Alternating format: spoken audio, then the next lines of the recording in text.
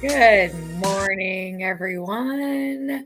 Welcome to another episode of the Healing Hour podcast. My name is Sarah Fargo O'Brien. I am your host. I have another really cool guest for you guys today. I've got to meet some of the most awesome people on LinkedIn, and this person is no different. Powerhouse in all the things, organizational wellness and real people talking about real things. And I love every bit of that. We are going to learn some more about a new take on an old issue. And I really like what my guest is doing today. I'll talk to you a little bit more about her in just a moment. Let me see. I have a lot going on today. I'm like changing hats 100 times. I'm podcast host today. And then I am faculty for university. Then I am my own therapy patient. Then I am a therapist.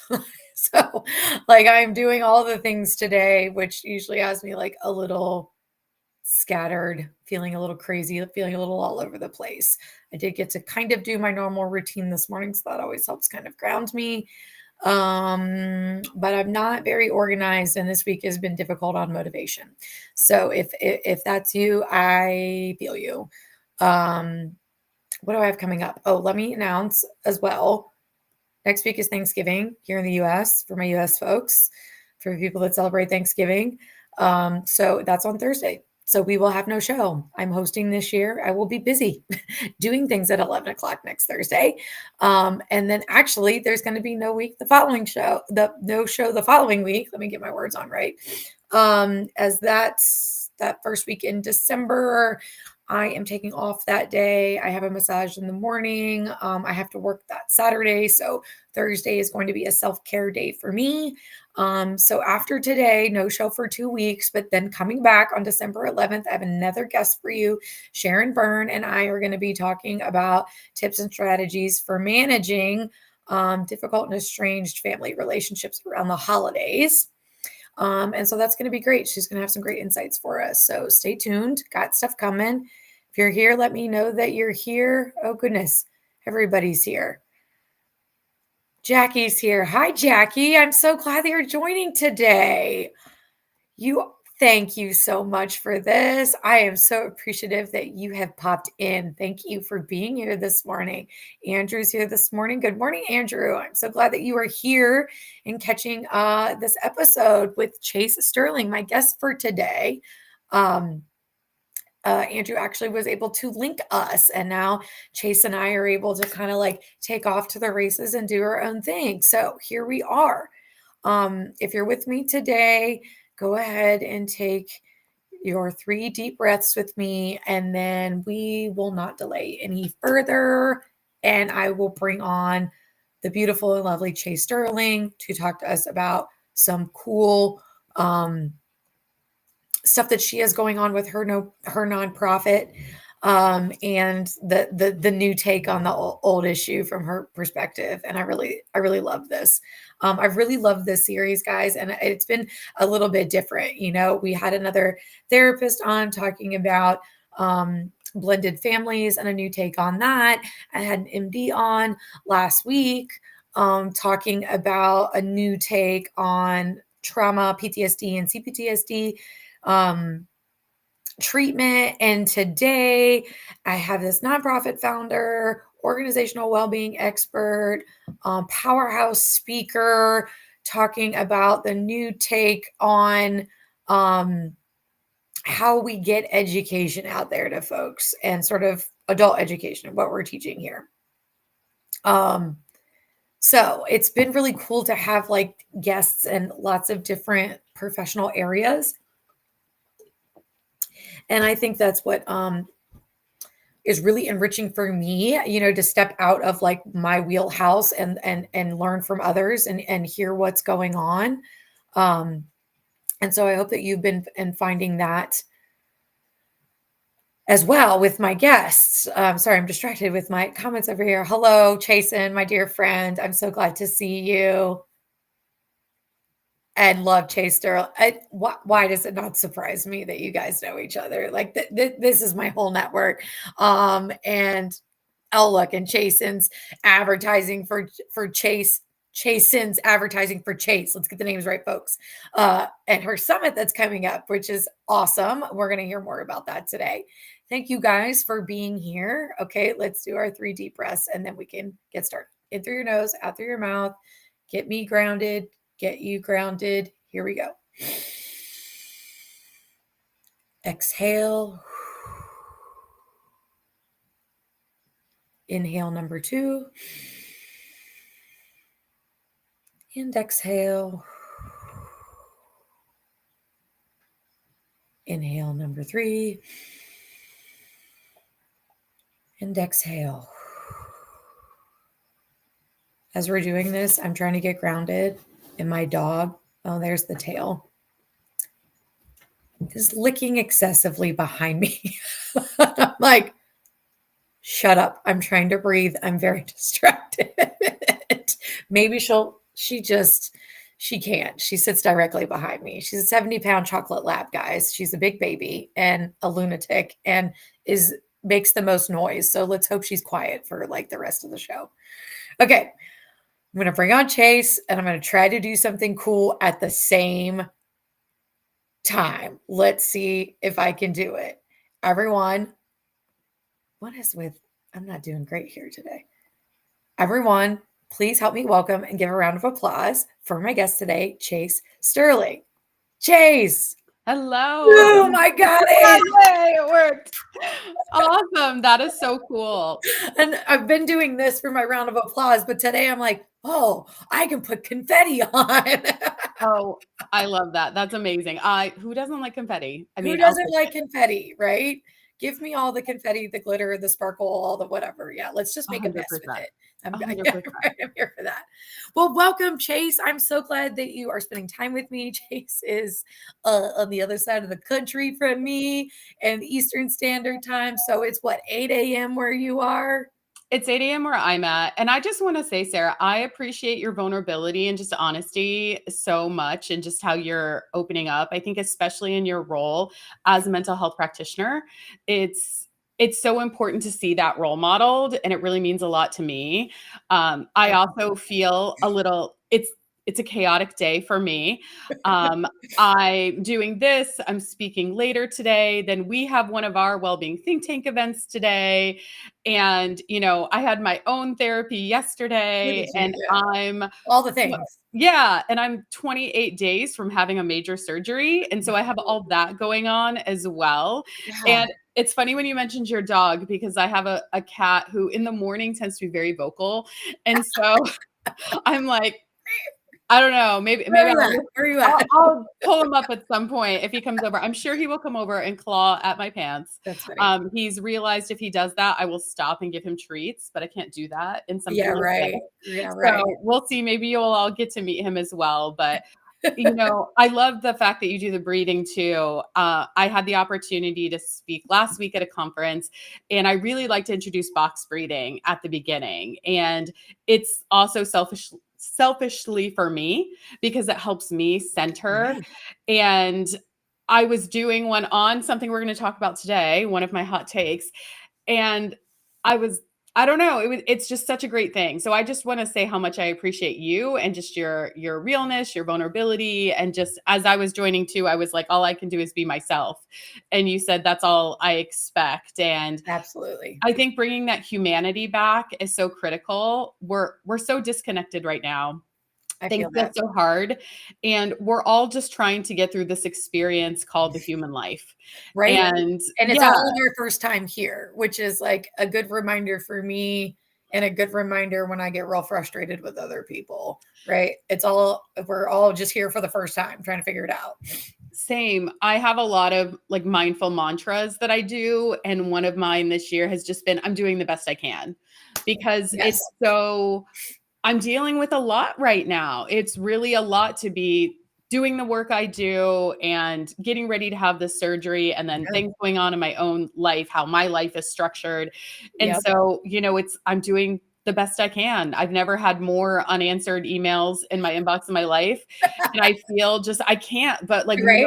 no human could No, try it to just keep is up what with it is, volume. Yeah, right? I'm just Yeah. doing the best I can. And I just also appreciate too that you're just like drinking your water. I actually like to show people this cup. I have a So, cup too. Look oh at my God, you Pink have a Buddies. badass. Okay, so I love Badass is badass. the coffee I drink, but it's Oh, like I cool. just love it all around. Like you can't, but it's called Badass Coffee because the donkeys bring it down from the mountains in Hawaii. Oh, very cool. Oh my God, That's that why is it's so called Badass awesome. Coffee. Yeah. So what's on your cup? What's on your cup? Well, I want to say something about badass real quick, just because one of my good friends, Erica, we worked together over a decade ago, and she works with me again now. But she calls me badass. She's like Chase Badass Sterling. And when I've gotten mail from her addressed to Chase Badass Sterling, and then she sent me like a Morse code bracelet that says badass. So I love so it. yeah, I love that. But I had the opportunity to go to Belize a few years ago, and I was on Key Cocker, which is a very small, like, the island is only about a mile, and their slogan for the island is "Go slow." And Oh, I yeah, yeah, really, yeah. yeah, I'm a big fan of the Caribbean. I love Yes. the Caribbean is a very large place, lots of Area. different islands, Yes. countries, Lots everything. of different islands and vibes and people. Yes, Yeah. I agree. I love the Caribbean. Been to Jamaica, been to the Yeah. Bahamas, Oh, been to amazing. Belize, been to Honduras. Yeah, the I people are love it. great. I love the Bahamian people. Like they were awesome. Yeah. I love the Caribbean, and it forces you to slow down. You have to go slow because it's hot there, and it can be Yeah. sticky and humid. So you kind of have to slow down. And so I use this cup every single day because it says go slow. Love it. And I think it reminds us also to be mindful. It's something I bring up in a lot of my talks of just people think multitasking is good and it's not. Our brains hate it. We need to get back to single tasking. Yep. And I'm always like, when was the last time you just did Nothing one thing? for one thing. Yeah. I mean, we carry our little computers around with us everywhere. And I mean, a lot of times we're like watching TV and you have the little computer out, and then maybe you're even still doing work. And it's like, how many screens can we have at once? Or even just something like going for a walk, but when's the last time you just went for a walk and you're not listening to music? Yeah. You're doing a mindful walk where it's like, what does the air smell like? What are you seeing? How does the air feel on you? Right. It's just being in the present moment, Yeah. which, Intentionally paying attention. Yeah. and it's really hard. And we all know these things. I think that's the thing.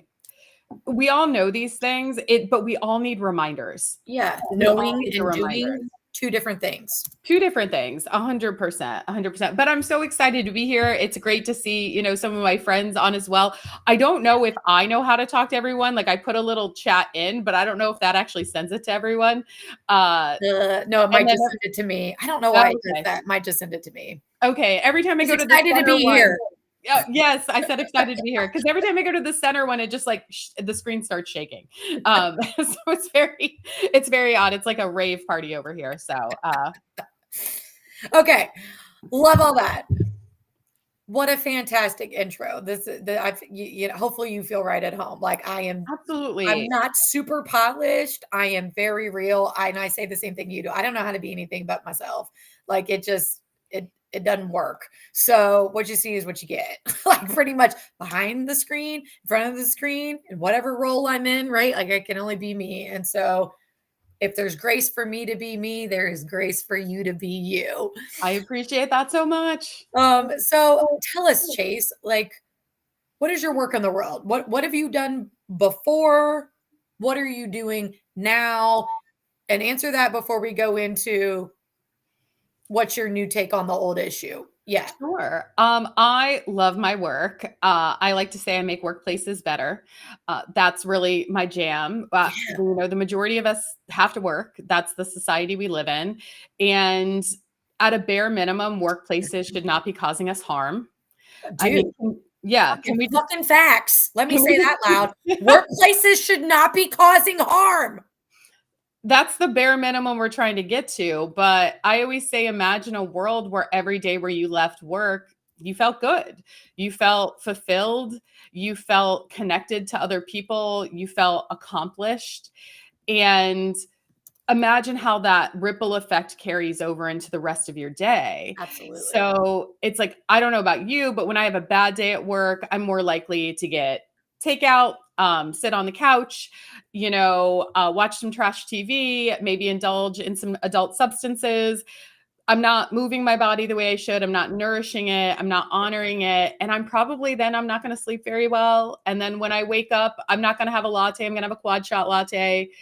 I deserve a croissant, which there's nothing wrong with it, but I could probably have something a little bit more nutritionally dense. And then Right. by the time we get to lunch, I need a burrito. And I love a California burrito with some fries and carne asada, which is delicious, Right. but I'm probably not going to have a lot of energy to keep working or then work out later. So it starts Exactly. like this downward spiral. Yep. And And then that leads to another bad day at work as well, 100%. right? And then you do all the same things to sort of soothe yourself from that bad day, Mhm. but none of it is actually, like you said, nourishing or Yeah, refilling our cup or like giving us life in any kind of way, right? We're basically trying to 100%. like survive the moment with some coping strategies that we have that are good for only short time. Like if you Yes. have a bad day every now and again and you do that, right? You have your croissants, you have your takeout, you have your whatever, but not if every day sucks.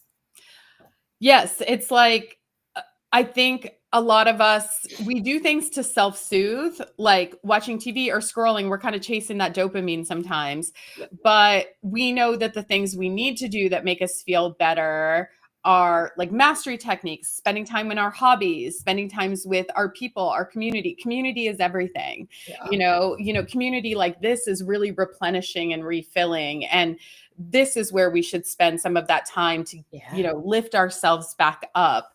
But instead sometimes we kind of disassociate a little bit, Yep. and that's not always, yeah, maybe okay in the short term, but you Yep. can overdo anything. It's like, Yes. I am not a therapist, you are a therapist, but like I'm excellent at compartmentalizing, but sometimes I over compartmentalize. Yeah. And if you never unpack and Yeah. work through that trauma, it bubbles up.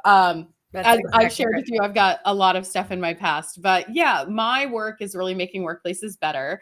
Um, How do my you do that? Yeah, well, my entire career has been in well-being, and I Okay. started my career more on the individual well-being side. I taught at a community college, I worked in community health, Okay. and so I was really trying to help the general public. And then I had a botched surgery that left me disabled, and I couldn't do a lot of that physical work anymore. Wow. Yeah. Yeah, so I had a botched foot surgery, which turned into 5-foot surgeries. Like I didn't walk for almost, I was either in a walking cast, a wheelchair, or something for like a year and a half.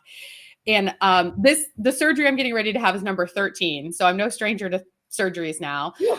But I pivoted into workplace well-being. My master's is in IO psychology Yeah, yeah, and a okay. concentration in occupational health. So Nice. I'm really fascinated with how does the workplace impact our health and well-being. Yeah. And I've worked on every side of this industry. So when we talk about workplace wellness, that is actually, there's a lot of things around that word. So when we say Yeah. workplace wellness, it's in the Affordable Care Act. There's laws around how we address workplace wellness. It's really about improving your actual health, like Yeah. improving health outcomes. And there's lots of laws around that, which I know how to do. But then workplace well-being is everything, because everything impacts our well-being at work. The physical environment, the policies that are implemented, are they applied equitably? Right. Our leadership, our coworkers, Yep. not just our supervisors, but also, Yep. our peers around us. Everything is impacting our well-being all the time. And we're in this funky time because there's a lot of rhetoric about like work is bad or the anti-work movement. Yeah, yeah.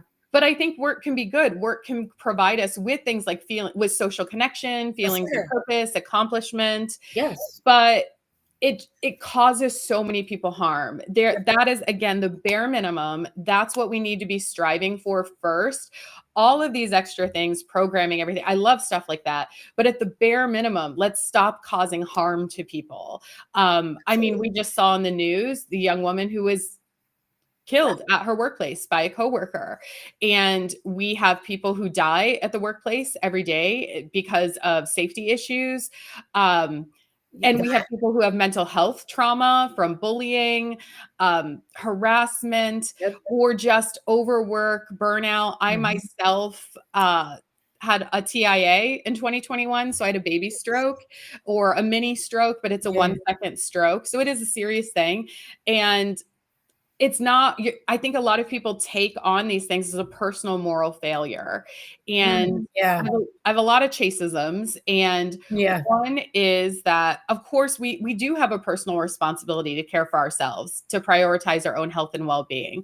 But the role of a workplace is to, at a bare minimum, not make us worse. So yes, we do need to take charge of, we have to own, how do I create these moments of mindfulness for myself? How do I take time to recenter? How do I learn how to regulate my nervous system? But you Yes. cannot self-care your way out of a toxic environment. You No, cannot no.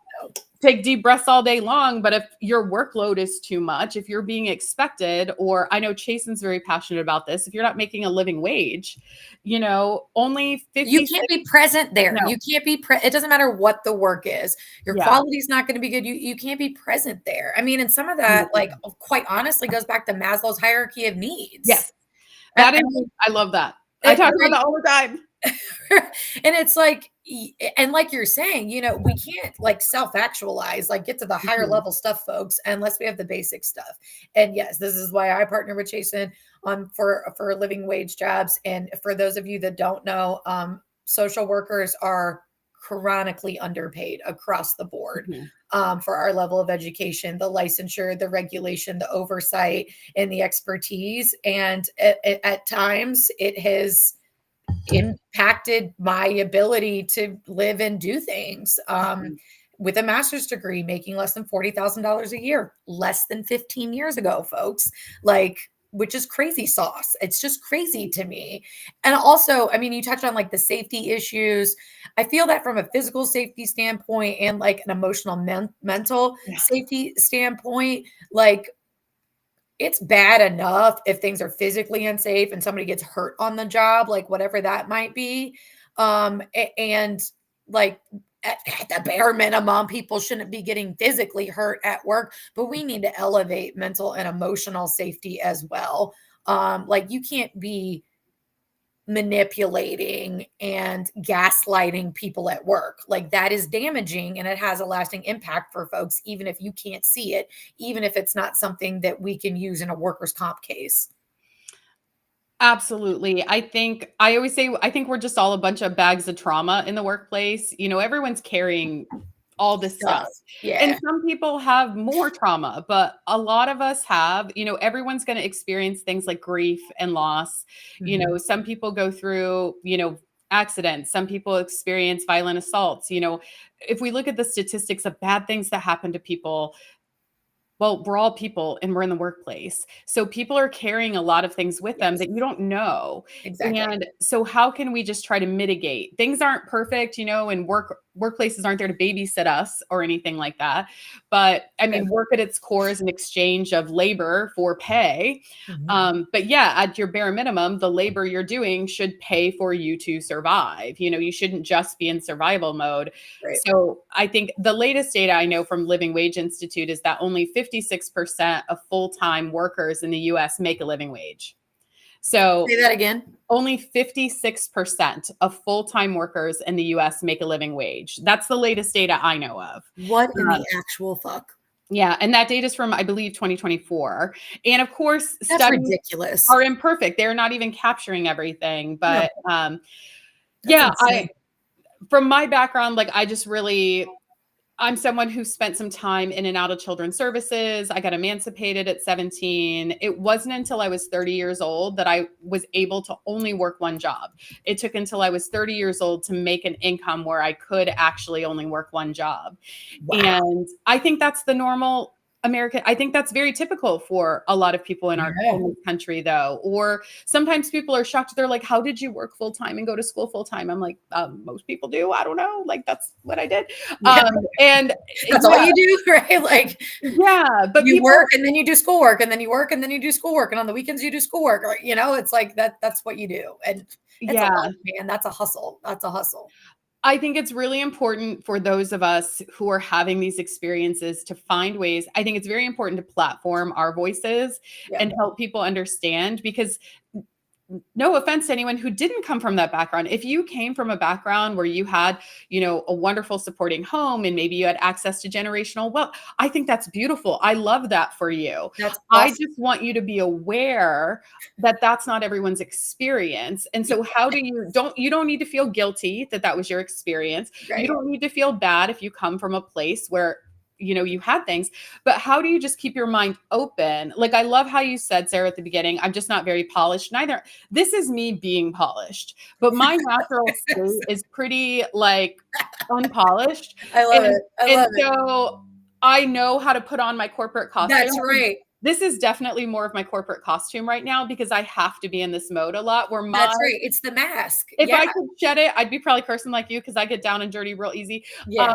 But I can't, and so even though you're creating that space for me, I'm so used to putting this on that I just can't switch that quickly. Yeah, I get it. And yeah, but I just think we can be better. We can be better as humans. I'm of this mindset. I kind of hate the term abundance mindset, but that is mine because there's enough. Yeah. There is enough for That's right. everyone. There's enough for all of us Yeah. to have housing, to be fed, to live in a society where we're prioritizing each other's needs and being there for one another. And I feel like we're just getting more and more divided. And then that shows up in the workplace as well. Yep. And we can just Yep. make things better.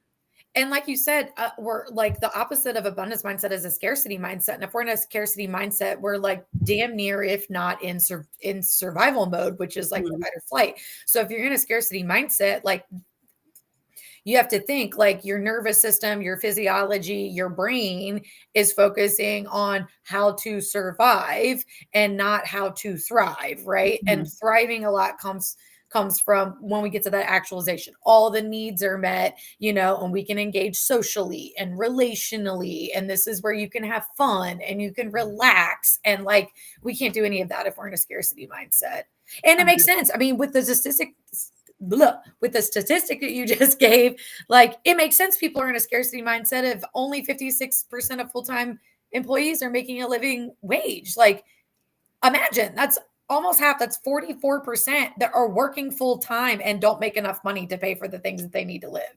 Yeah, I'll have to share it with you. So I love that you referenced Maslow's earlier. So I have a presentation I do, and it's taking Maslow's hierarchy and then mapping what can workplaces do in each of those domains. Oh, I like And at that. the bottom level is living wages.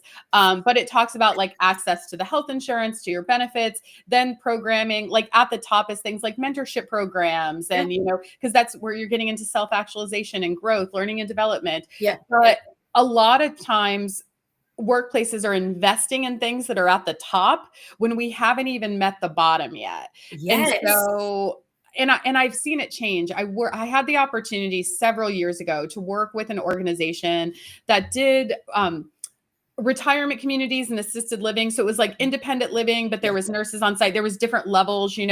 all the Yep. way up till full scale. The CNAs and home health workers, kind of health aides, they tend to not make very much money. They tend to make, Yeah. $14, $15 an hour, Nothing. Yeah. which is more than the minimum wage. Anyway, that's a whole other story. But what they're doing is also hard work, folks. You would not Oh want my to God. do it for $14 or $15 an hour, I assure you. No. And when we met, they were like, hey, this is what we're noticing in our workforce. A lot of people, we really want to retain these people. We love them. But, it's really hard. A lot of people quit or they miss shifts, and we start Yeah. getting into it. And a lot of people have second jobs.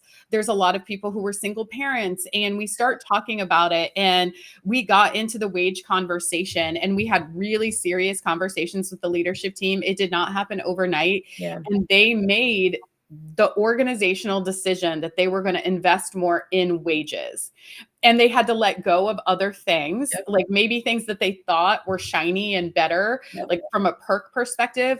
But this was a core need. This wasn't like a high paid work environment, so but they were able to kind of get people to a higher wage, and it was life changing. People were able to only have one job, and then the organization started benefiting. It's a win-win for everyone. Exactly. Yeah, there's no downside, which is There's really not. it's just crazy sauce to me that often whoever is at the top, the people in leadership, whoever their owner is, is so concerned about the bottom line and how much money they're making, right? That we can't see that it would really, you would make more if that's really your ultimate goal, if everybody else is also making more and feeling okay. I mean, it's just crazy to me that you can't see that. Like, there's no downside. It only benefits everybody. Nobody's upset about that. Like, it's only helpful. Yet we don't do it. 100%. Our theme at Wellbeing Think Tank this quarter is thriving with humor. And so I made a meme that went out in our newsletter the other day. I'll have to post it on LinkedIn today, but it's the Yeah. Change My Mind guy. And it says workplace well-being is cheaper than turnover. Change my mind, because it's, if you invest in these things, it's not, I mean, it's like common sense. Like, It's happy, literally not rocket science, folks. Like, and there is like a direct no. correlation. We can like Mhm. see cause effect, Mhm. see positive impact. Like, there's nobody not benefiting except maybe the person all the way at the top is making a little bit less if we're redispersing or whatever, right? But it's like, in Yeah. the end, like you're saying, it's still better because everyone's doing better, and then therefore the work, the business, the corporation, the company, whatever, is also benefiting from all the workers, feeling better, doing better. Absolutely. I have a story just from last week. So last week I happened to be in Hawaii. So I was speaking at a conference, and Awesome. I was very lucky. I got to present 3 times. But the night before I presented, I was at the hotel. I went to the hot tub, and I met this young couple. They had just gotten married. Like, I saw her bride bag. I was like, oh, and we start talking, and probably young, I would guess not even mid 20s yet, probably early 20s. And they were telling me how they had a very small wedding, and they asked everyone to contribute to their honeymoon. So they were on a 3-week vacation. And I was like, oh my gosh, this is amazing. We're talking. And I was like, well, what do you do for work and everything? And he was like, oh, well, I had to quit my job to do this. And I tell him what I do, and we start talking. And I was like, what would it have meant to you if your job would have just let you have this time? He goes, oh my God, it would have meant everything. Like, I would have been so loyal. He's like, oh, that's all I wanted. He's like, I liked working there. Like, it was good. And he goes, I can't believe that they basically told me fire, or, you're going to get fired or quit.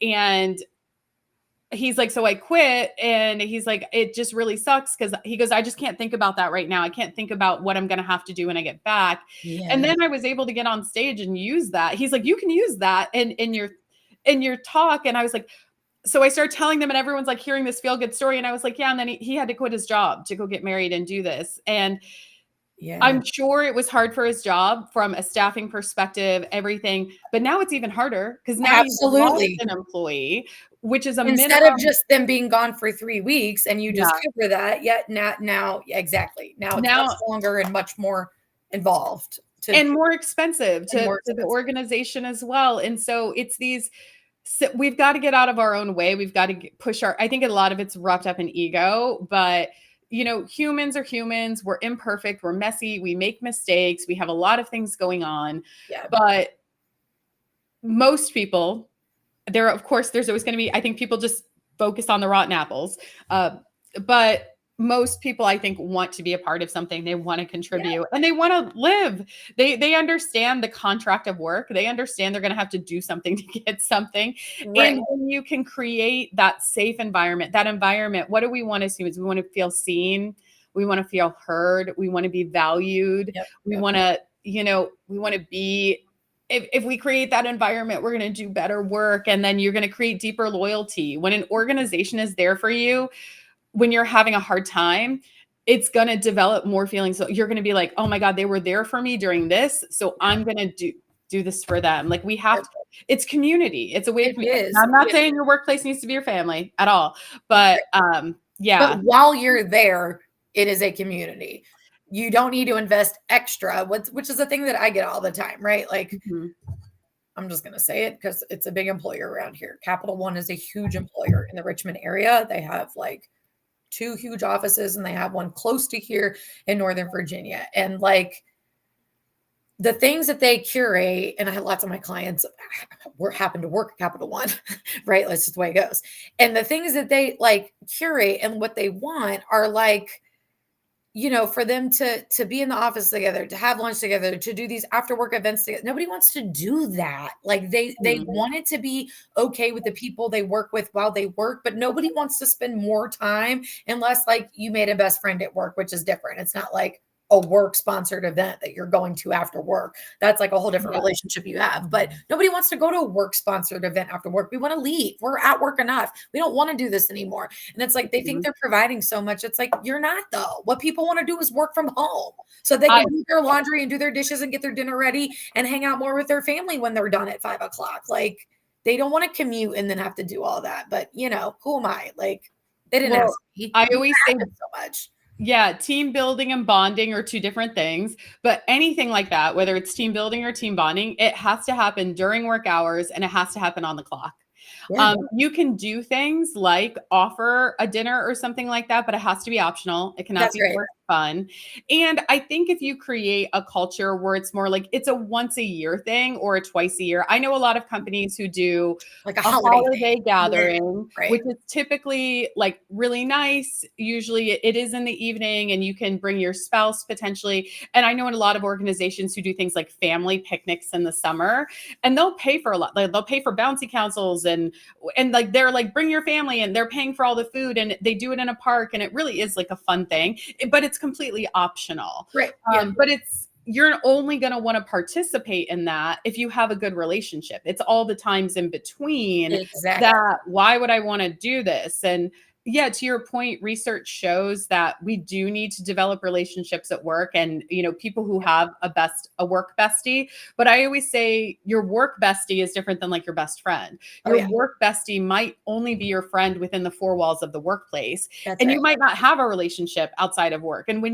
when one of you leaves the job, the relationship might end, but Right. it's your safe place in those four walls. It's that Yeah. person you go to that you vent to and talk through Yes. stuff with. Yes. And you know we those relationships are important. I know some people, their personalities, they want to come in, they want to do things and they want to leave, but we have to be kind. We still want to have the humanity there. Yeah, I When think we that's key. completely try to separate like that, like, oh no, I'm just going to come in, it's actually harmful for your health. I've actually talked to workers. They're like, I just want to come in, clock in, do my job and leave. And I'm like, 100%.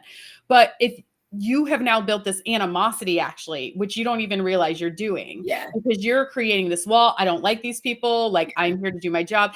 And Yeah. it's actually that can increase your blood pressure. It can be bad for It's your stress, physical and and, mental like, health. it's definitely stress, Yeah. right? You And you don't don't need to think be you're like, carrying it around, but you well, are. Your body's carrying it mhm, around because you're not actually comfortable there. You don't actually like yeah. it. You're doing it for the transaction to collect the paycheck, but it doesn't feel like a good space for you. Like, Yeah. and you can say whatever you want about it, like, "I Mhm. just go in and do it," but your body is gonna, like, respond. Your nervous system, does its thing. A lot often, we don't get to control that. We can manage what's Exactly. happening, but, like, you don't get to say, "Hey, don't get all stressed out and worked up because I hate this job and I'm just going there and do." It's gonna, your body, your nervous system's gonna do what it's gonna do.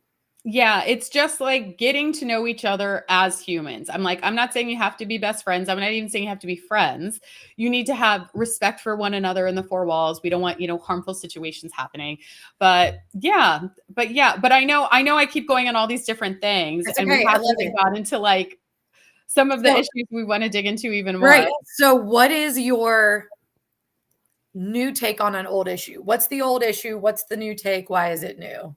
Yeah, This is what I love. I literally like made this bullet pointed list of like my favorite things. And of course, we're not going to get to them all. But I've kind of started to touch on some of them. One of my biggest ones that I love talking about right now is work-life separation. Like bring back work-life separation. Yes, that's a good And yes. that's Yes. what we need. I'm like, That's I don't want to hear about work-life harmony. I don't want to hear great. about work-life integration. I don't want to hear about Balance. work-life balance. Great. I want to hear about work-life separation. Mm. And the conference I just spoke at is really interesting because they actually create your title and session outcomes, and then you have to create your session around what they kind of hand to you. And Mm. it was like work-life balance. And when I got on the stage, I was like, hey, everyone, like, just so you know, here is how these sessions are decided. The board gets together, this is what people are interested in learning. This is what work life balance means to me. It means that when you're at work and when you're at home, you kind of have a sense of calm. you have a sense of contentment. Like when you were at work, you were present at work. And when you were at home, you were present at home. Yeah, We only get to work-life balance if we have work-life separation. absolutely. And Makes perfect sense. yes, so we have all these stupid things like these little computers we carry around with us everywhere now.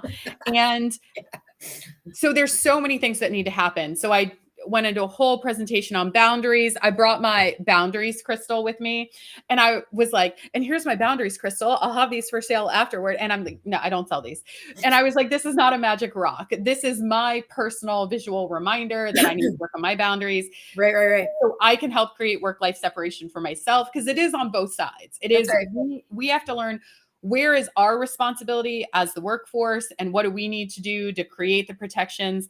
But when we create a boundary, a reasonable boundary, Right. and then the workplace is constantly violating it, that is the largest cause of stress. Yes. And one of the biggest causes leading to burnout is a values disconnect, workforce boundaries, workload, and time pressure. Those are some of the Yeah. factors, and those are workplace factors. Yeah. So things like burnout, again, it's not this personal moral failure, and you can do all these personal things, but it's a relationship. Yeah. Again, I really hate I really get very irritated. A lot of quote unquote burnout experts, and I wouldn't say I'm an expert on burnout necessarily, but they only talk about it from the individual. They're like, I burned out and quit my job, and now I'm an expert in burnout. And all you need to do is breathe and regulate your nervous system and do all this stuff, and then you're going to be great. It's all your responsibility. It's you. And Yeah. I'm like, yes, and Yeah, yes, right. and Like we have a we responsibility and it's not just on us. it's not just on us, because we know these factors come from the workplace. And Yes. so, not that the workplace decades ago was a great place, lots of issues, but we did have a little bit more work life separation. Yeah, I If think you think so. about getting in your car, going to a job, commutes then though maybe were 20 minutes, which is more reasonable. And then you do your job and then you leave, and no one could call you. There's not a computer, there's no phones they're getting a hold of you. I feel like there were also better relationships. Yeah. Like we used to see a lot more things like company sports teams and company picnics, or like you would go to the boss's house, back in the day for an annual party, because I think people got along better because they did have work-life separation, Yeah. and it was more of a choice to engage. That's right. And so now it's blurred lines, and it's creating chaos and stress for everyone. And our lives are just enmeshed with work too much. Yep. And it kind of ties into this thing of like bringing our full selves to work, which I kind of hate that too, because do you bring your full self to work, or do you bring your work self to work? Yeah. Because Yeah. like you and me, we both love an F-bomb. Let's be honest. Like but I'm going to assume, Sarah, that you don't curse like that with all your clients. Some of them you might have a relationship with and they curse, so then you can curse too. Or if you're presenting like to front of your peers at an academic conference, you're probably not going to do that, because there's kind of like these norms we have to go into. And I hate those, but yeah. yeah. Or like if you're in a customer service job, what's your job? It's a high emotional labor job. Usually that person is really upset, and you can't really curse now. Now you can say, hey, if you're talking to me disrespectfully, I'm going to have to end this call because we need to protect you from that violence, that thing. But there was a big thing on TikTok a couple years ago. So I study social media trends and how people talk about the workplace on social media. Interesting. And so there was a big trend of who you think you're emailing and who you're actually emailing. And it was like, who you think you're emailing. And it's my professional headshot. And it's like, who are you actually meeting? And it's like me in the club, like shaking my booty. And yeah, we're probably our most authentic selves with our friends. That's not even our families for a lot of us. I think with our friends is probably where we really like let it loose, and we can be ourselves and stuff like that. But it's like, we are there for a job. We're getting a paycheck. There's a way we have to do things. We can create more space. And I think by bringing our full selves to work, we're saying, hey, I might have a disability, or this is my background, or here are things. And like, how can we create a space that I can contribute, but is also safe for me and That's right. works for me? That's kind of bringing your full self to work. It's making sure, no one feels disparaged or discriminated against or harassed. And Right, right. that's kind of what we want to do. But we need to let people be themselves. Like, I've seen a lot of stuff recently in social media where, especially our younger generation, they're being offered a role and then they're getting their offer rescinded because they might have a large platform on social media. And they're like, oh, well, we found your TikTok channel and, we're just concerned because you might talk about us, and we can't risk our reputation. What if you have, that's how the employer is looking at it, of like, hey, Sarah, I want to hire you, but what if you have a bad experience? Well, you have Yeah. 500,000 followers. And so you had a bad day at work. You're going to be like, man, work sucked today, blah, blah, blah. And now people figure out where you work at. Now that makes them look bad. Right, right, And right. so it's like, we need more work-life separation. You should be able Absolutely. to do your thing outside.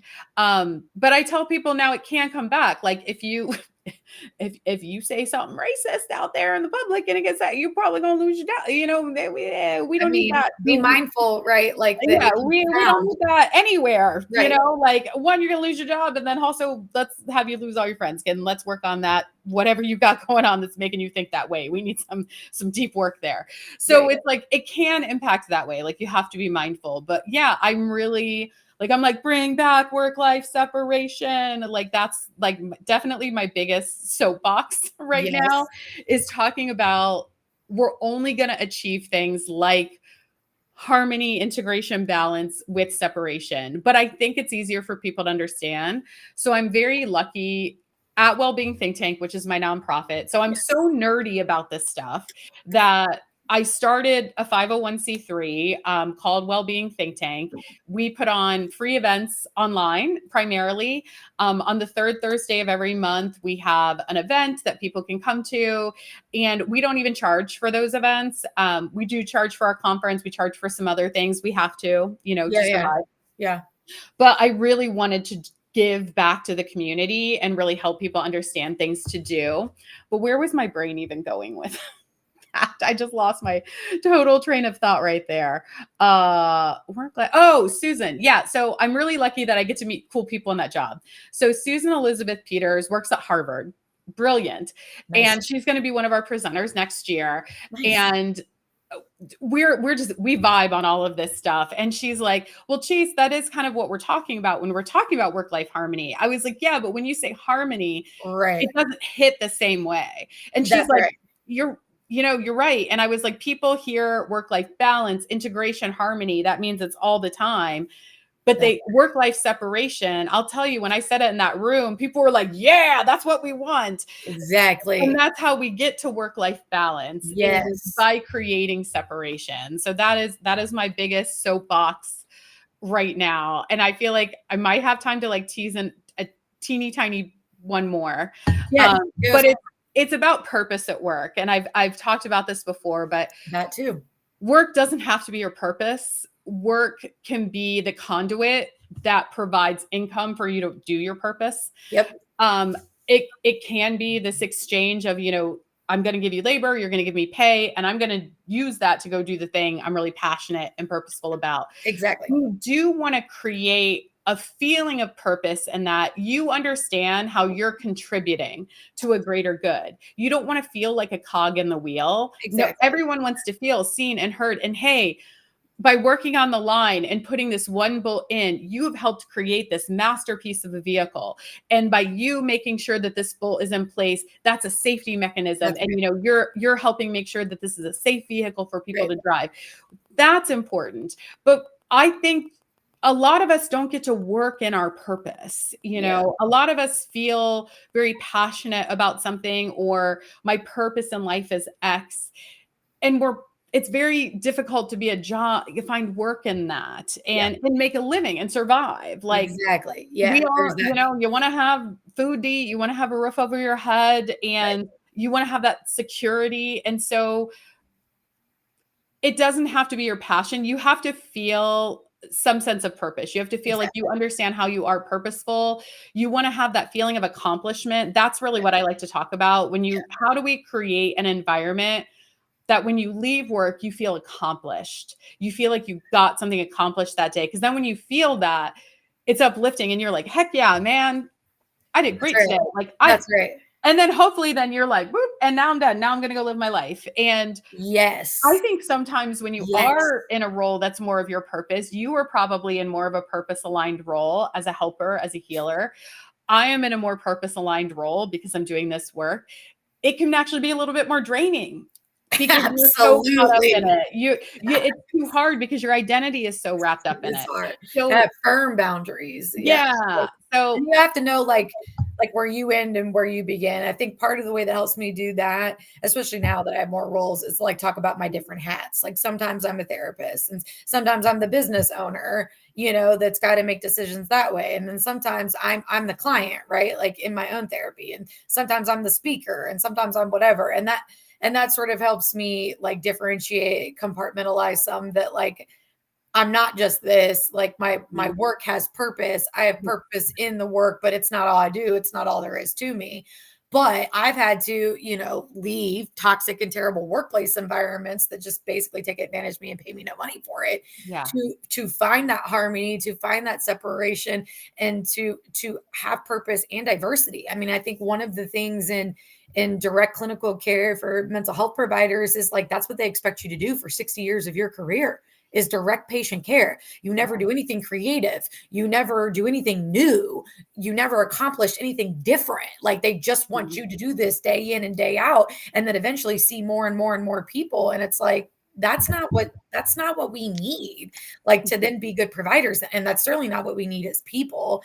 And that's like at the end of the day, if you just do that in a helping profession, I think then you actually feel like you don't have purpose. Like it's just like whatever, I'm just here doing this for everybody else. Nobody cares about me. Like it doesn't do anything, they'll just replace me with somebody else. And let me tell you, like clinical social workers feel the same way. It's like they'll just replace me with somebody else, even though the work we do is important. It's like to who though? Like to them, it's still like dollars at the end of the day. And that's all they want from you. Is how many people you can see for how much money they make. They're not caring about your development or growth or accomplishment or value or purpose or any of that, right? Who is a human? Like, yeah, we just got to, it's just, we just want to be cared for as humans. It's getting back to the human needs in the workplace, which people have been talking about for decades. This isn't new. There's been lots of champions of this work. I am not the first, Right. but it's not sexy. It doesn't No. sell. And And so, most people don't want to do it or make the mhm, change. Like, I mean, so the fact that you ever work with workplaces that are like, okay, we'll bring you in and like we'll work on these things is also amazing because there are many that are like, no, we'll just keep doing what we're doing. Like, we don't want to hear what you have to say. We don't care. We're not going to change the culture and the way that it works here. I always say That's frustrating. organizations don't care about you, but people do. An Yeah. organization is an entity, a company is an entity, but there are people there. And so there are people there who do care. And at every workplace, I think there's someone who cares. Yeah. That's Even if you're in a toxic environment, there's probably a couple people, and it's how do you find those people and shield yourself? yes. But I don't want to go off on another thing. I know we're almost at the top of the hour, and so I want to make sure I'm doing all the things I Okay. want Yeah, to no, it's good. So do. tell us just a little bit more about Wellbeing Think Tank. Like, how did you develop that? What do you do? Yeah. Certainly give us your awesome little tagline on that. Like, give Oh, yeah. As your long as you have experts. time, I'm Yeah, good. yeah, yeah, I just yeah. wanna No, be I'm good. respectful. So, Wellbeing Think Tank, we have 2 things. Well, one, our tagline is, educate, inspire, take action. The other one's coming up, which Yeah, is it's education you can trust, inspiration that you need, and resources so you can take action. like it. So, from where I sat, the reason why I started Wellbeing Think Tank was I was tired of going to educational events and just hearing influencers speak or just hear sponsors speak, basically someone who either paid for the speaking session, which that's how a lot of speaking works. A lot of times, So much of it works that way. And yeah, I was like fucking blown away. And I'm like, I'm not gonna pay to come speak at this. You no, crazy? the I'm not events gonna and get paid to speak. Like you fucking loons. Like as many times as that happened, I'm like, oh my God, no. Like this is crazy. No. That is how the events and conference industry works. It is a business, it's an industry. And so I don't sell speaking sessions. And so that actually even can make it harder for us as a nonprofit Yeah, because organizations reach out and they're like, hey, I'd love to speak at your conference. How much is it? And I work with my sponsors. I give them an on-demand session because they do have expertise. They do have people who have things to share, but I want to hear from my peers. I want to hear from the people who are doing the work, who that's are right. in the thick of it every day. That's Because right. the storytelling, that's how we learn. Yeah, So it does kind of lead into the this, which I'm sure you're talking about, which is I don't know, it's probably backwards on is what here, but it says experts over influencers, which is one of our things, I love but it. it's very nuanced. So for me, there's nothing wrong with having a platform, influencers, content creators. I am quote unquote an influencer in some ways because of my platform. The line is you have to know your scope of practice. Like, so, Yeah. and you have to be mindful of like giving advice or telling people what to do Yep. because you can unintentionally cause harm. I know you see this, Sarah, all the time in mental health. I get asked to talk about mental health, and I will be very clear from the beginning. I'm not a mental health practitioner. That's not the type of psychology I studied. Right. I Right. can talk about how workplaces can provide an environment of support, but I cannot talk about anything else. That's out of my scope. Right. And then with my own mental health journey, I can talk about my journey and things I've done, but I can't tell you what to do. I can That's say, right. here are things that work for me, but work with someone, Exactly. Yeah. everyone needs support and some people need a clinician, Yep. and so Facts. That's great. Yeah. so Everybody that's needs kind support. of Some people need a clinician. Right. yeah. And so I think I was going to a lot of conferences and events, and the people who were speaking were a lot of times someone who maybe wrote a book. And you wrote a book, but have you ever done the work? Like I went to a conference where someone was an expert on belonging. Their degree was in film. They had worked as a camp counselor, but then they wrote a book about millennials and belonging, and they are an expert in millennials and an expert on belonging. And they come in and they get on stage and they tell people what to do. And I'm like, but you've never done it. But you have never been in a workplace developing a strategy, working on cross-functional teams, trying to implement these practices, working in that messy The messy middle of human. the problem area. Absolutely. Yeah. And I was like, it's everyone has ideas and opinions, but until you've tested it, That's right. until you've done the work, That's right. it's just an idea, You baby. just talking, You're just mother talking. effer. Yeah. You just talking. You So just talking. yeah. And then I find a lot of people who have expertise downplay it. So the true experts tend to not have Yeah, they're more platforms humble. Yeah. because I am And Sarah. those are the good ones, and I've read it too. Yes. Like they're the ones constantly questioning themselves and Mhm. learning and all of that. And like I'm poster child for that. Like Yep. it's like I if am. anybody ever wanted to give me the platform to speak, I'm like, oh, cool. But I am in the thick of it. I'm doing Yeah. shit day in and day out. I still practice pretty much full time. Like that's my bread and butter. And I still see new clients and I still do new assessments, right? And Mhm. I'm still doing mental health treatment and yeah, and I feel you on that. Like going to conferences and my own CEU things and like there's a big one. I don't want to say names, but there's a big one who talks a lot about trauma. And but he's an MD. He's not a therapist. He's not a trauma Mhm. provider. But it's huge for us and our like CEUs. And it's like, eh, but did you ever sit in the room with somebody when they were triggering your trauma and screaming at you? No, That's 100%. different. So It's it's different. just as an example, I don't think she'll mind, but I mentioned earlier Susan Peters from Harvard. This is a woman with a PhD. I don't even know, she might even have two, but she has like tons of education, has been doing this work forever. So many research papers cited all the place. She's at frickin' Harvard. And I asked her to speak this year, and she's like, "Oh, Chase, I don't know if I'm qualified to speak at your events." And I was like, that's why you're speaking at the event. But I am, You're like, that's you know, cute, but really, like you have enough. Yeah. I know. And it's like, I think I'm very confident in what I do, and I'm smart enough to know I don't know it all. I don't know it all. Exactly. I Yeah. 100%. That's why I started Think Tank. So Think Tank, the first iteration before it was Think Tank, it was me. I was doing quarterly events in my community for free because I wanted to provide free education. Nice. And then the pandemic hit, I pivoted to virtual, and I'm an Yep. expert in this, and well-being is this. So I turned it into an event series similar to a podcast where I bring on people. I Yeah. bring on people. But then we are a community of practice. Just yesterday, I had a call with our keynote, who's Paul Zak. It's ZAK. Paul is a very famous neuroscientist. Not only does he have a ton of research, he still runs a lab at Claremont University. He's also like a 6-time published author, been on big stages, been on the news, like highly. He's in like I think it's even on his website, like the top 0.3% of like cited scientists on all the things he does. Like he's an amazing neuroscientist. That's cool. I love But he's our keynote at our conference. Paul is bringing in expertise, but he is speaking with us, not at us. That is our vibe. Mhm. Our vibe is that Yes. we are a community of practice. No one knows everything. No organization can do it all. But here in this community, we're going to put an expert on stage who has expertise in something that we're going to learn from. Right. Paul is going to come in and teach us about the neuroscience of happiness. He studies things we can do that can boost us, and he's studying it in the brain, the That's actual right. mechanisms that are occurring, which is fascinating. I love that. Yeah, I'm a huge neuroscience geek. So Yeah. So he's talking about like the pillars.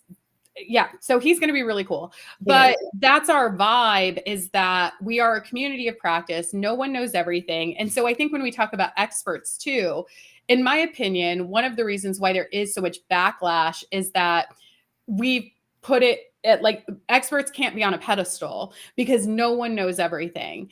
And you can be very confident and smart at what you do. And you can say, hey, I know this works. Mm-hmm. Because there are things I know work. There are things work. There's a lot of, you are in a science that is researched and validated. And, it is thank a you science. so much for saying it. And I didn't have to say it. Hear it, guys. Yeah. Yes. It's not easy to be a therapist or to be a good one. Like, it's not just having a conversation with another adult. There's a lot that I'm doing in that space, whether or not you can see it, like 100%. Yeah. So, but some experts like yourself do need to have letters after their name and do need to have credentialing. Yep. Some roles, you don't need that type of stuff. Right. Different roles have different kind of criteria, but then sometimes we make that criteria too hard. And then when we look at roles that have this criteria, not everyone has a pathway to education. Yeah. So how do we create more accessible pathways? Like if someone grows up and there's no access to generational wealth and now they're out in the world working and they've got to work 2 jobs just to even survive, how the heck are they even going to go to community college? And when I went to community college, it was $35 a credit hour. Now I think it's like 150.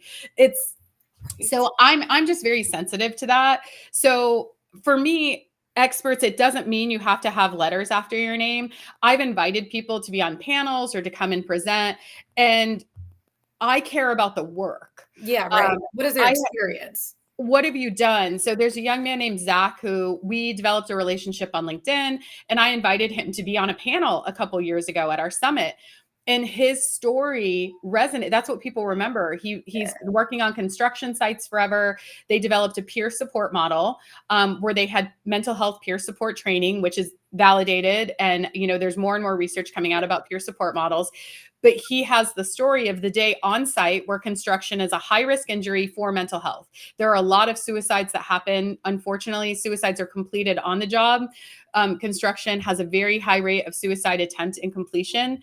Wow. And so someone on the job raised their hand, went to the person who had the patch on their vest, the sticker on their hard hat, and said, hey, this is how I'm feeling today. And, I think I'm going to harm myself. Like I have a plan. They are not therapists. They were able to call their employee assistants, get someone on the phone, help triage, get him to the care he needed. Every time I even tell this, I get chills, and it's not even my story. Yeah. And I remember that story. People remember that. Now, Zach, he was like, really? Like, you want me to be on this? I'm like, yes, you have amazing experience. Yeah, right. And also boots on the ground, like with a real construction worker on a real job site with a real issue. Yes. And so like presenting, keynoting, there is an art and a science to speaking. Like it's a skill, but Sure. because I'm a presenter, it doesn't mean I'm better than anyone else. It doesn't mean I'm smarter than anyone else. It means I'm good at presenting and I've been working on my presenting skills. That's right. Yeah, yeah. That's why I like to have panels and things like that, because that's where I can bring on people where I'm like, hey, you've never done this before. Right. Let's just get you in an environment where you can talk. That's things like Yes. podcasts and shows like Yes. this, which are great. It invites more people on, but expertise can take shape in many forms. Like I'll do another quick anecdote that recently I was at a Walmart and this young woman working the customer service desk was killing it, killing it. There were so many people in line. She had a smile on her face. She managed every single personality that came at her, the bad ones, the good ones. She had a smile on her face. She was honeying everyone. She was managing it. And then I get up there and she's like, this is what we're going to do. We're going to call corporate. We're going to get them on the phone. Here's my employee number. You're going to tell them to do this. And I'm over here doing this. She's still helping people. And I was like, man, she is killing it. She has so much expertise. That's right. She knows what she's doing. And it's also not valued because I just know she's not getting paid that much. And also, she was more alternative. She had piercings, she had tattoos, she had her hair. And so she's not going to have doors open to her. And all I kept thinking of was like, damn, I wish our nonprofit was more profitable because I would offer a job right now. Like the way she was like, when you see someone working a fast food, do you know how hard it is to work a fast food window, to have that beeping, to have a car beeping in your ear, to try to talk to all those people, to take that order, to get it correct, to put it in. Right. Most C-suite executives couldn't last a shift at a fast food restaurant.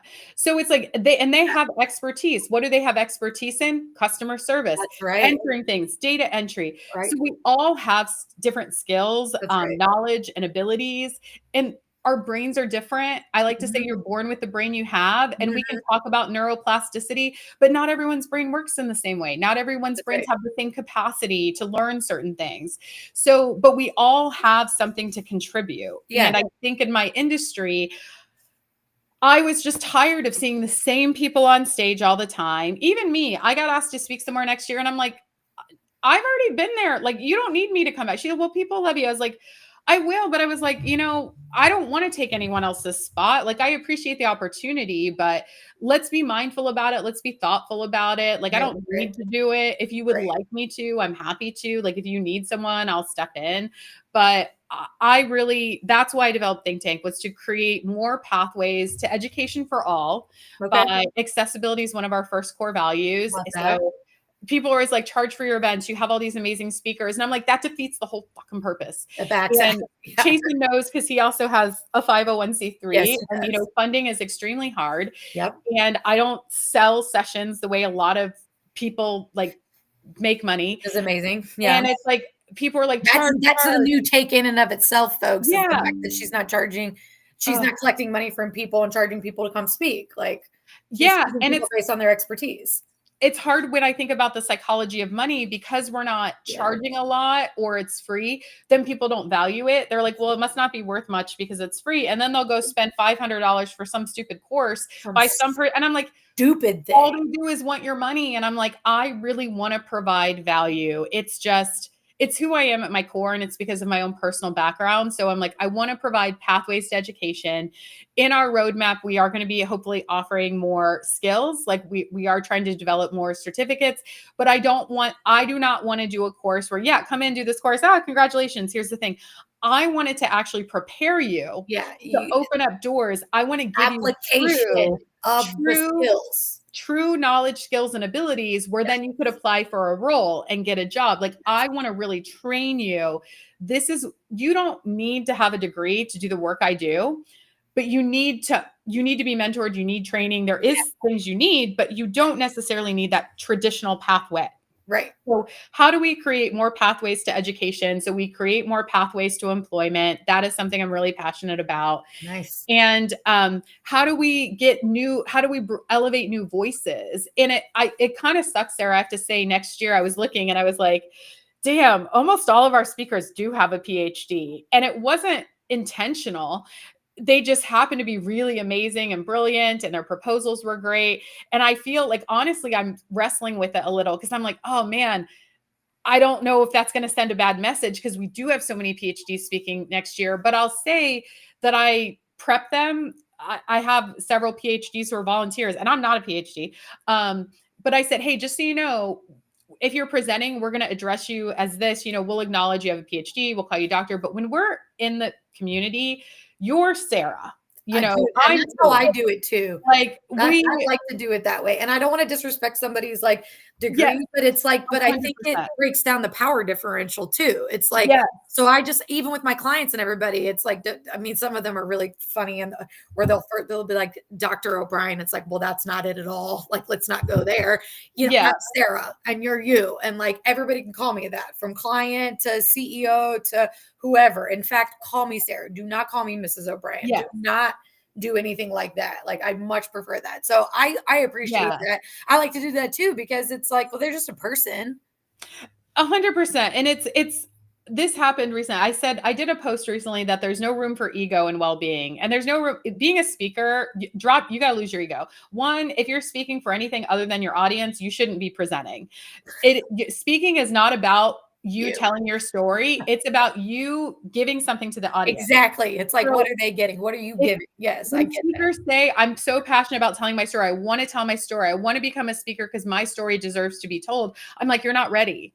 Because speaking is not about you. It is not about me. It is not about my story. I do storytelling, and that's a piece of it because that's how people learn and remember and associate things. But the goal is that when my audience, like the goal is from leaving this, and I appreciate the extra, we took up so much extra time. Oh, it's okay. This but happens on my show all the time. People get a nugget. Yeah. If people walk away with one thing that they can do in their life, then I did my job. It's not that, oh, I met Chase and she did this. It's no. It's, oh, I learned this today and I think I could do this. That is the goal. And one of my volunteers, this is so wild to me, Sarah, she sent me an email a couple months ago because we were going to be, I've never met her in person. She's in New Jersey. I'm in Portland, Oregon. We were both going to be at the same place. And she sends me a message and she's like, hi, Chase, I don't know if you know me, but I'm one of your volunteers. And I'd love it if we got to meet. And I was like, Caitlin, of course I know you. Like, you're one of my volunteers. Of course I know you. I love you. You're volunteering for me. Like, I can't wait to meet you. And I go and I meet her and I hug her and we take a picture, and she's like, oh, like, well, I've messaged other speakers and they just, they don't even write back, or, they just come and they do a meet and greet and they leave. And my keynote, Paul, he will be at our conference all day. My speakers are going to be in the room all day with us because we're a community of practice and no one's better than anyone. Just because I have the opportunity to do this, it's like I am there to learn with you and be alongside you. And yes, I have expertise, but guess what? So do you. Like, we all, and that is where the magic happens. Collaboration is also one of our core values. And when I have to train people I work with, I speak with confidence and authority, and I'm smart enough to know I'm not right. Never be afraid to challenge me. Never be afraid to share your idea. Because when you have an idea and I have an idea and 10 other people have an idea, when we bring that together, that gives me chills too, because that's when the magic happens. That's the synergy. Yeah. That is when we really create something special. When we did our core values for Think Tank, like I almost even, this will be one of the last things, because I know we got to go and I got to go too.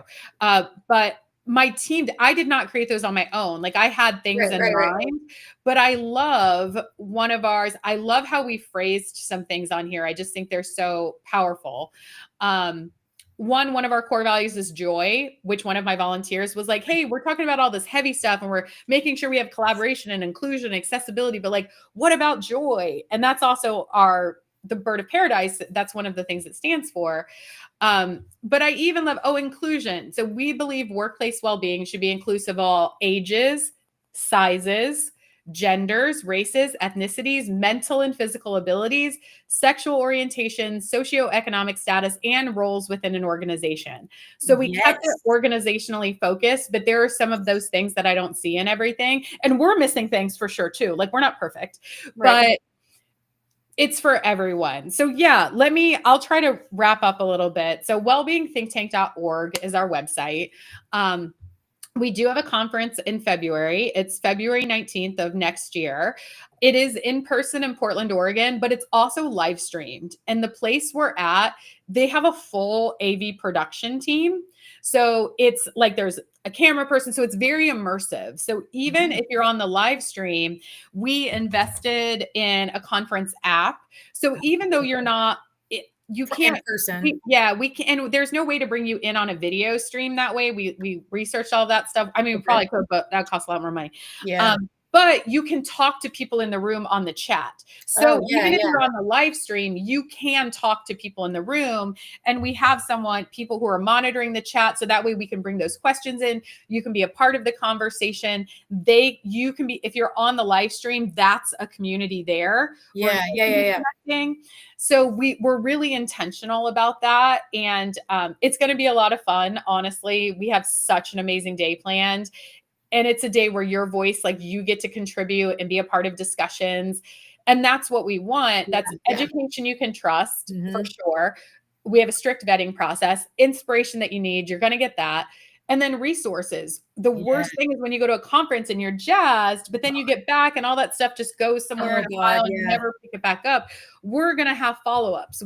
That's why we have sessions all year long. Yeah, yeah, It's yeah. so we're constantly getting back together because the learning never stops. No Basically. one knows Yeah, everything. And right. so that's what I'm so passionate about. So I didn't intend to be the executive director of a nonprofit, but a couple years ago, I do very, very almost no advising. I do a little bit, but I even pulled my consulting website down because I'm not really focused on that.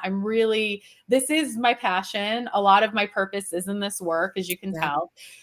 But that is my full-time job. My full-time job is trying to lead and grow and create financial sustainability and operationalizing our organization. I'm very blessed to have volunteers, which I'm starting to meet with more and activate, That's fun. trying to get them in real leadership roles. So That's my fun. vision is that we become a really volunteer ran and led organization where a lot of the community is contributing to the actual operations as Yeah. well. Oh, that's cool. I like that. Yeah, and then we have some cool things in the pipeline. Like we're definitely working on more credentialing and certification programs. There's so much in my brain that I'd like to do. I just can't do it all at once. But I feel that 100. yeah, you can I go to feel our that 100%. website. Yeah, our website is not perfect. I'm always like editing things on it. If you find a mistake, I'm human. Yeah, right. Our monthly events are free. The connected meetings are meetings where you get to Okay. contribute and be a part of something and meet people. And there's such diverse backgrounds. So there are people in HR, there's business leaders, there's clinicians, there's people who do well-being for a living, and then there's just regular people. And I mean that their role doesn't have anything to do with this work. But what our commonality is that we all deeply care about, I think, humans. Like we all believe that we deserve to be well, and Yeah. we all believe in healthy workplaces. That's the commonality. So Yes. very diverse backgrounds, people from all over the place. People do come from outside the country. We have more people coming from Canada because the time zone correlates. We have people who try to come from other places overseas, and it's like 8 hours difference, Yeah. so it's wild. But it's really beautiful. We've had over 5,000 people come to our events. Wow. Since we've been founded. Like today, I think we have like a couple hundred signed up to join us this afternoon. Nice. And I'm very being busy is a good problem to have. I'm very blessed to have that problem. It gets overwhelming sometimes, and Absolutely. it's hard. I'm managing chronic pain, and obviously my pain is so bad I have to have another surgery, and it's a bummer. But yeah, I mouth off on LinkedIn, so feel free you can send me a connect request. It's just in a weird drop down Yeah. because like I have enough followers that they make like a follow button. But you can connect with me. And I post a lot about workplace well-being. We do have a LinkedIn page for Wellbeing Think Tank, Okay. also our website. I think our newsletter, my goal is to always provide value if we're emailing you. So if we're emailing you, even if it's a reminder for an event, we're going to have a blog post in it. So at Mhm. a bare minimum, hey, it's a reminder, but we're You get always something. trying to add value. So Yeah. that way I'm just not like emailing you. Yeah. Right now, we Do the only same thing. email people like twice a month. We're picking up to once a week. And I really don't want to it was hard for me to go to twice a month. Yeah, And I'm at once a month now because for the same reason. Like I'm not yeah, trying to flood people in. I'm trying to give you something. And if I'm going to produce something of value, I don't know that I can do that once a week either. yes. You know And what I so mean? we do have so much content. We're producing great stuff. That's And awesome. so I think eventually we are going to go to once a week, but I've been very like, hey, we've got to make it worthwhile. Like, I'm going to unsubscribe so quick when people are emailing me too much. I'm like, I don't have time for Exactly. that. So if it's not Me too. providing value, it's just Bye. noise. Exactly. It's just taking up space in my inbox. Yeah. And hey, maybe it's better to just not be on the newsletter, but follow us on LinkedIn. We post almost the same things. And then you Right. can click the little bell. You got to click the bell though. So that way, you know, when things get posted. But thank you so much, Sarah. We spent so much I have time. 2 more questions Oh, yes. before we head out. Well, 2.5 maybe. The first Okay. one, what is the, like, topic theme for your February summit? Like, what are people gonna be speaking and educating Oh, on? yeah. So we don't do necessarily a theme for the summit, but Okay. we have a theme throughout the year. So Okay. every quarter we have an overarching theme. And our first event, we talk about it through the organizational lens. The second event, we talk about it through the individual lens. What can we do? And then the third event is connected. That's our community of practice meeting. Okay. Our conference is bringing all three of those things in one day. Okay. And it's all of our topics for the year. So, neuroscience, how do we leverage neuroscience for well being is our first topic of the year. So, that's our keynote, the neuroscience of happiness, the pillars of well being. He has a free app that he developed called Six. And if you happen to have like a smartwatch or a wearable, it syncs with it and it helps you figure out if you're having these moments in your brain, which is kind of cool. It's free. So, I love free. That's cool. Yeah, right. So, it's just, hey, and if you don't want to do it, you don't need another data tracking tool, great. But that's Paul. Then we have a really cool employer panel that I'm excited about, which again is this a lot of the storytelling. Yeah. I'm very excited. We have Katrina. She's actually local here in Portland. She's at an engineering transportation firm. They are an employee-owned organization. They're what's Ooh. called an ESOP, and so she's really going to talk about how that impacts people in the workplace when you become an employee Owner. owned. Yeah. Now you have a financial stake in the success of the company. How does Yes. that contribute to belonging, feelings of accomplishment, like wanting to contribute? So I think that's really interesting. Talia is, I think she lives in, I gotta look, I'm gonna mess up what state she lives in. She's flying in. She works for a dental staffing company and they do this really intense research throughout all of these dental professionals throughout the country. And they've identified things like autonomy and family and pay.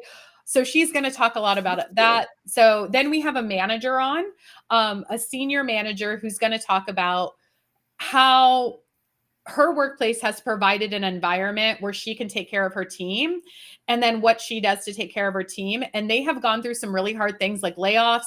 Layoffs happen, mergers and acquisitions happen. What are the steps they've taken? So Sarah, you would probably appreciate it when they have layoffs. They have, if there's a big layoff that's happening, they have mental health therapists on site to help people.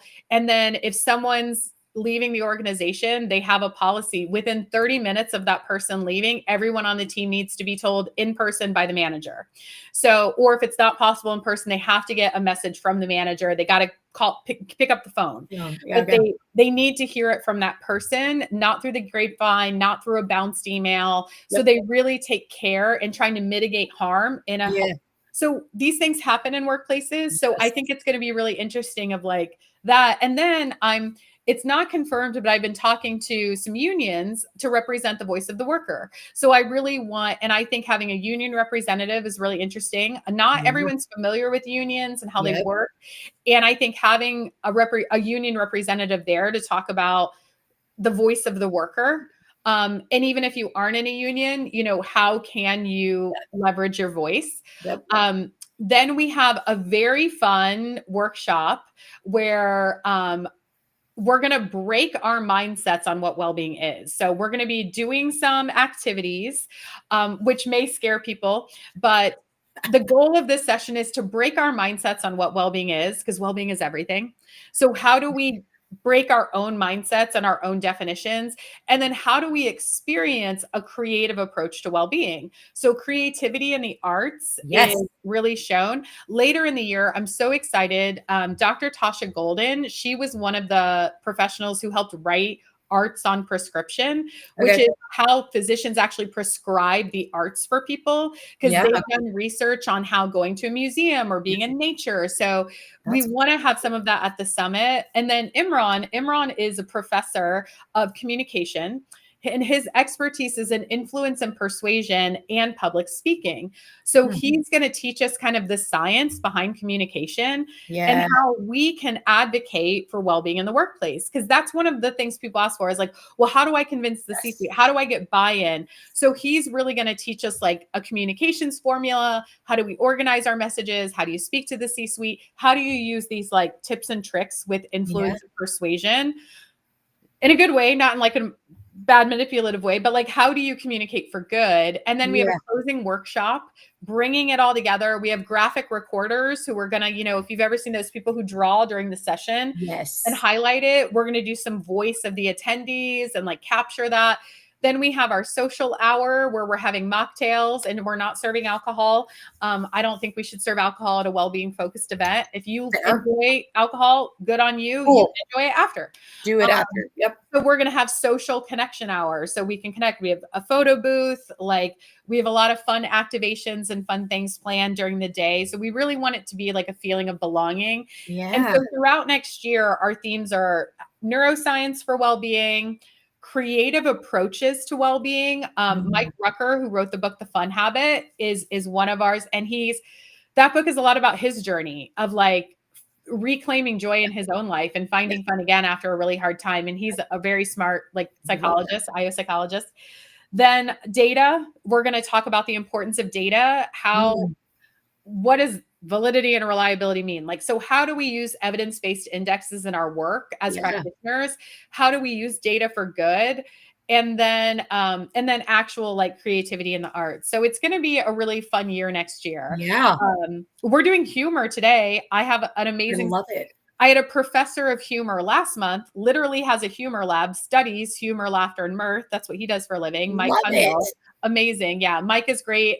He's on LinkedIn. His company's Mirth Management. Highly recommend following him. Then Lisa David Olson is fascinating. She is, and she's someone who I don't believe has a formal degree.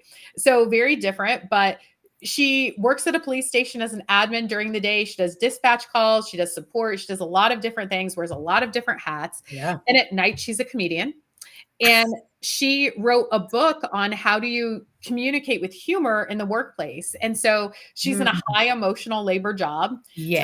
So but you have to learn so the principle, how to use it appropriately. You don't want to disparage everyone, no punching down is like one of the first rules. Right. You create an improv, you create safe spaces for everyone. So it's yes, and it's no, but it's like, yes, and so right. She has some activities for us today. We're going to be online, but we're going to have a bunch of fun at noon today. If you're bored at 3 Eastern, noon Pacific, like come on, hang out with us. You can still register on our website. It's free. But yeah, that's our jam. We have a cool speakers lined up next year. And then for anyone out there who you feel like you have something to share, we do a call for presenters every year. We are hoping to launch our podcast next year, which I know you and I have talked about. Yeah, our podcast. Bring me to speak for whatever you need. I'm happy to be there. Our podcast is going to be called Experts Over Influencers, and it's a 30-minute formatted show where we're asking people the same questions, but we're bringing on experts in all different areas of like, what does this mean to you when you hear this phrase? What is your expertise in? What do you wish people knew? It's like really quick 30-minute things that people can listen to. But yeah, like, thank you so much. I appreciate the extra time. I'm definitely going to have to go. Obviously, I'm a talker. And that's fine. Last thing, and then we're going to wrap up. Oh, yeah. I forgot to ask my last guest this. Oh, sure. What's one value you live by, Chase? So I loved this. And I think it's one that I don't even know if this is considered a value, but it's community is everything. Ooh. I do not have traditional family. Like, same girl. I was adopted, and the people who adopted me were horribly abusive and lost custody of me. And so I don't have traditional family. And then my friends are everything. And I've had I feel like I want to cry, but I've had multiple surgeries, and I have a care team now. I just sent out like this email link to some of my friends. I'm like, hey, I'm going to need your support when I have the surgery. I'm going to need rides to and from surgery. I'm going to need rides to my follow-up appointments. I'm going to need people to come over every day and help me take care of Fizz and tidy up or get my meds. And community is everything. We have to be there for each other. We are all going to have times in life where we can't do something. And if we and not everyone has family or a partner. I don't have a partner either. So it's like, that's my cat is kind of worthless. You know, he ain't gonna get up and give me an ice pack or He whatever. can't take you. Like, He he's can't gonna drive do you his around. thing. Yeah, I feel like I want to grab him and bring him. I'm gonna show him to everyone. Because I just feel like this is this kind of show. It So is, and I would love it. this is my community here, but Look that's at what your big baby. that's what we formed at Think Tank too. And we're all more alike than we are different. I feel As that. far as I know, we're humans. I'm sure we got some other weird kind of DNA in there too. But we're at a time where we're more divided than ever. How do we get back to moving forward? It doesn't mean we have to think exactly the same way. It doesn't mean we believe the same things, but how do we find a way to move forward that centers the greater good in mind?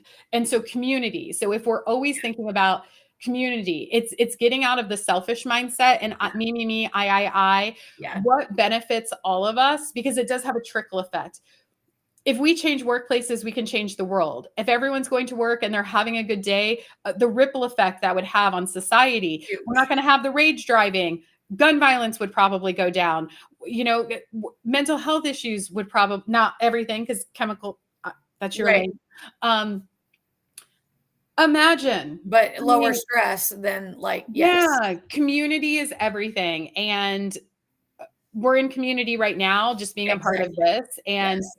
you know, my neighbors are my community. Where I live is my community. Here is my community. Wellbeing Think Tank is my community. Community is everything. And I think that is my core value of how do we create community no matter where we go.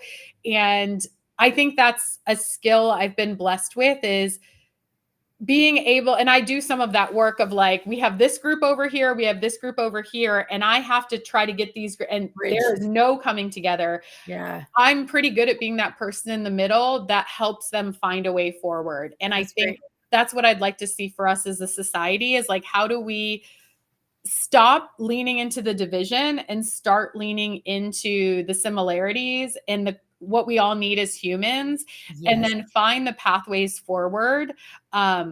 Because we're not going to survive if you don't focus on communities survive, individuals don't.